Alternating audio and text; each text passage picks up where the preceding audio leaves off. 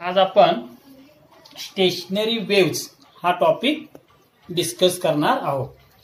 सुरुवात बघा, what is stationary waves.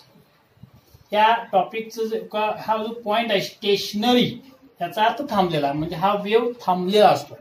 त्याची डेफिनेशन बघूया आपण। It is the resultant of two simple harmonic progressive waves having same amplitude, same frequency, same wavelength and traveling along the same line but in exactly opposite direction। म्हणजे stationery wave it is a resultant, हा resultant आहे। कुणाचा resultant आहे?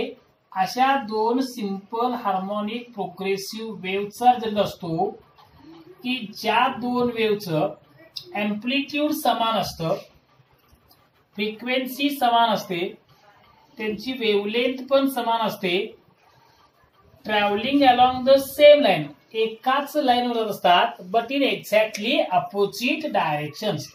For example, ही मी एक नंबरचं wave घेतो, याचं इक्वेशन लिहूया आपण। y1 is equal to a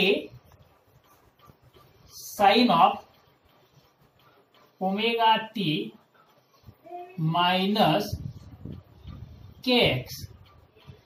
ए म्हणजे या पहिल्या वेव्हचा एम्प्लिट्यूड आहे, ओमेगा म्हणजे फ्रिक्वेन्सी आहे, के म्हणजे प्रोपोगेशन कॉन्स्टंट आहे, आणि इथं minus sign indicates that this wave is travelling along positive x axis, म्हणजे तो अशा प्रकारे इकडे पुढे चाललेला आहे। कन्सिडर अनादर वेव्ह, दुसरा एक वेव्ह घेतोय। या वेव्हचं इक्वेशन मी लिहितोय y2 is equal to a sin of omega t plus kx। दुसऱ्या वेव्हचा एम्प्लिट्यूड ए आहे, म्हणजेच पहिल्या वेव्हच्या एम्प्लिट्यूड इतकंच आहे। ओमेगा दोन्हीसाठी ओमेगा सेम आहे, म्हणजे फ्रिक्वेन्सी सेम आहे। इथं प्रोपोगेशन कॉन्स्टंट के आहे, इकडं पण प्रोपोगेशन कॉन्स्टंट के आहे, म्हणजे दोन्ही वेव्हचे वेवलेंथ सेम आहे। पण दुसरा वेव्ह हा इथं पॉझिटिव्ह साइन आहे। This positive sign indicates that this wave is travelling along positive x it is travelling along negative x axis, म्हणजे एक वेव्ह हा पॉझिटिव्ह एक्स ऍक्सिसला म्हणजे इकडे चाललाय, आणि हा दुसरा वेव्ह बरोबर अपोजिट डायरेक्शन चाललाय। अशा दोन वेव्हचं मिक्सिंग किंवा या दोन वेव्हचा रिझल्टंट जो असेल त्याला म्हणतो आपण स्टेशनरी वेव्ह। हे दोन्ही एकमेकांमध्ये मिक्स झाले, यांचा रिझल्टंट आपल्याला अशा प्रकारे दिसतो। This is the resultant wave, this is the resultant wave. आता याच्यामध्ये जर बघितला तुम्ही, पहिल्याच डायरेक्शन ऑफ प्रोपोगेशन आणि दुसऱ्याचं डायरेक्शन ऑफ प्रोपोगेशन एकमेकाच्या अपोजिट आहेत, म्हणजेच व्हेलॉसिटीज एकमेकाच्या अपोजिट आहेत, त्यामुळे ते एकमेकांना कॅन्सल होतात, आणि रिझल्टंट जो वेव्ह आहे त्याची जी व्हेलॉसिटी असते ती 0 असते। This wave neither propagate along positive x axis nor in negative axis. पहिला वेव्ह हा पॉझिटिव्ह एक्स जातो, दुसरा निगेटिव्हला, पण रिझल्टंट ना पॉझिटिव्ह एक्स जातो ना निगेटिव्ह एक्स जातो, तो आहे तिथंच थांबलेला असतो, म्हणून याला म्हणतो आपण stationary wave. So why it is called a stationary wave? Because this wave neither propagate in forward direction nor in backward direction. Definition बघितली स्टेशनरी वेव्हची। आता आपण त्या स्टेशनरी वेव्ह मध्ये असणारे वेगवेगळे पॉइंट्स जे आहेत ते डिस्कस करतोय। दिस इज अ स्टेशनरी वेव्ह, हे स्टेशनरी वेव्ह आहे। स्टेशनरी वेव्ह मध्ये एम्प्लिट्यूड हा सेम नसतो, इट इज व्हेरिंग। तुम्ही नंतर पॉइंट कव्हर करणार आहे, पण आपण बघा this is the stationery wave.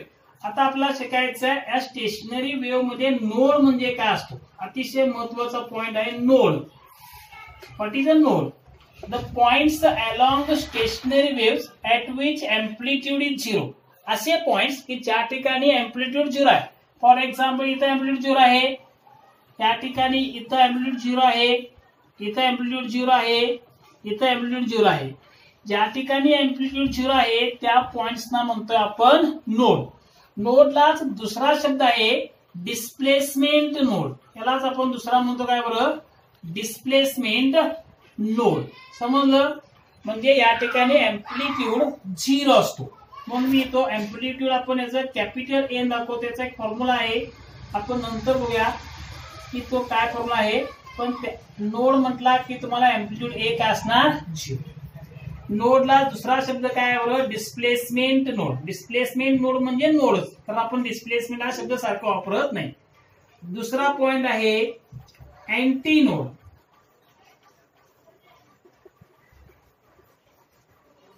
तर अँटी नोड म्हणजे काय, the points along stationery wave at which amplitude is maximum.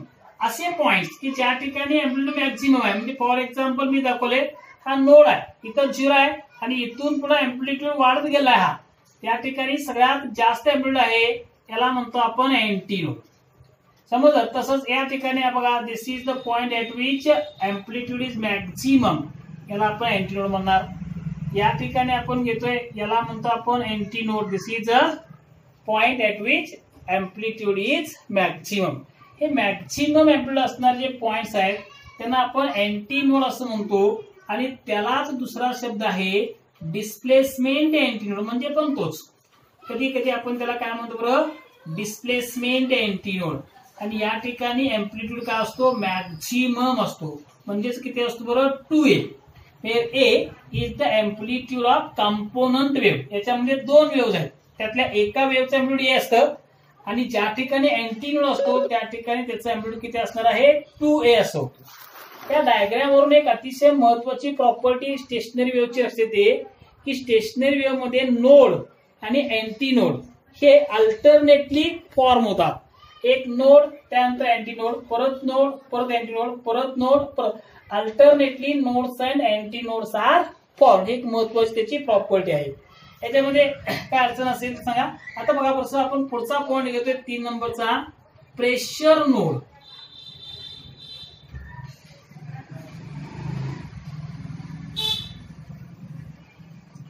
Pressure node म्हणजे प्रेशरचा नोड.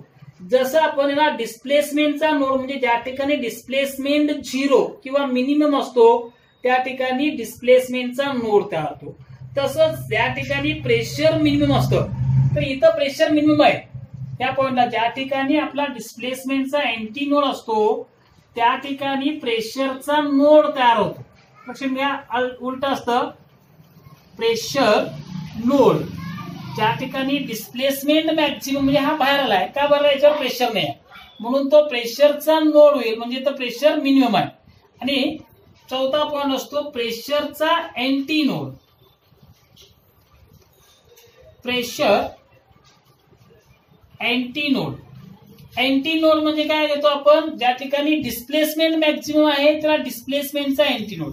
तसंच ज्या ठिकाणी प्रेशर मॅक्झिमम असतो त्या ठिकाणी प्रेशरचा अँटी नोड. या पॉइंटला म्हणजे ज्या ठिकाणी डिस्प्लेसमेंटचे नोड आहेत त्या ठिकाणी प्रेशर जास्त पडतो म्हणून याला म्हणणार आपण, किंवा इथं घेतोय मी, हा नोड आहे डिस्प्लेसमेंटचा पण तो प्रेशरचा काय असेल बरं, अँटी नोड असतो. याला आपण म्हणणार प्रेशर अँटी नोड. हा डिस्प्लेसमेंटचा नोड आहे पण तो प्रेशरचा काय असतो बरं, अँटी नोड. म्हणून in case of stationery wave displacement node is pressure anti node and displacement anti node is pressure node. 4 point समजल्या. आणखीन एक 2 महत्वाचे पॉइंट आपण डिस्कस करणार आहोत. त्यापैकी पहिलं पॉइंट आहे distance between 2 successive nodes. Distance between 2 successive nodes और अँटी नोड्स. 2 सक्सेसिव्ह नोड्स किंवा 2 सक्सेसिव्ह अँटी नोड्स मधलं डिस्टन्स इज λ/2. हा अतिशय महत्वाचा फॉर्म्युला आहे. या टॉपिक मध्ये आपल्याला बऱ्याच ठिकाणी यूज करायचा आहे. नोड ते नोड किंवा नोड ते नोड किंवा अँटी नोड ते अँटी नोड, हे अँटी नोड ते हे जे डिस्टन्स असतं ते λ/2 असतं. आणि 2 नोड मध्ये एक लूप तयार होतो म्हणून लूपची लेंथ म्हणजेच λ/2.